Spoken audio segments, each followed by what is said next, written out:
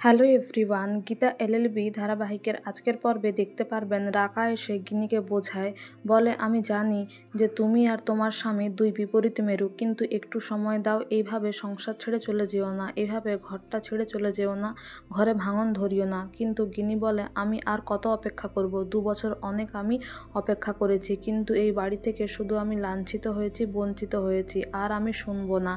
হয় আপনারা আমার দাবিটা মিটিয়ে দিন, নয়তো মিডিয়াতে আপনাদের পরিবারের কেচ্ছা আমি তুলে ধরবো। আমি বাড়ি চলে যাচ্ছি, আপনারা 1 কোটি টাকা আর ফ্ল্যাটের এগ্রিমেন্ট পেপার পাঠিয়ে দেবেন। এদিকে অগ্নিজিৎ মুখার্জি প্রলয়কে বলে ওর যা দাবি দেওয়া আছে ওকে দিয়ে দাও, মেয়েটা সত্যি এমনিতে কিছুই পায়নি, কিছু হোক কিছু তো পাক।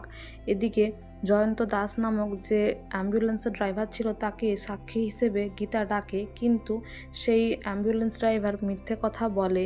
সে টাকার লোভেই জজ সাহেবের কাছে মিথ্যে বয়ান দেয়। সে বলে যে কোনো মার্ডার হয়নি, কোনো ডেড বডি সেদিন নিয়ে যাওয়া হয়নি, শুধু হাসপাতালে নিয়ে যাওয়া হচ্ছিল, ওই অসুস্থ হয়ে গিয়েছিল বলে। আর তারপর কোর্ট থেকে বেরিয়ে এসে টাকাটা সে নিয়েও নেয়। আর এদিকে পড়শিকে ভজন মিত্তির যখন ডাকে নেক্সট সাক্ষী হিসেবে, তখন পড়শি সবটাই বলে যে মিনুকে ইচ্ছাকৃতভাবে মার্ডার করা হয়েছে। এদিকে অগ্নিজিৎ মুখার্জি গণেশ গাঙ্গুলিকে ফোন করে বলে যে আপনার মেয়ে এতক্ষণে নিশ্চয়ই বাড়ি পৌঁছে গেছে, এ ঘরে ভাঙন ধরিয়ে। গণেশ গাঙ্গুলি বলে না, আমার গীতা ঘর ভাঙতে শেখেনি। অগ্নিজিৎ মুখার্জি বলে গীতা নয়, গিনি। গীতার জন্য আমি প্রাউড ফিল করি, কিন্তু গিনি ভিক্ষা চাইছে, ভিক্ষাবৃত্তি করছে। আর গিনি বলে আমি ভিক্ষা চাইনি, আমি শুধু আমার অধিকারটা এইভাবে চেয়েছি।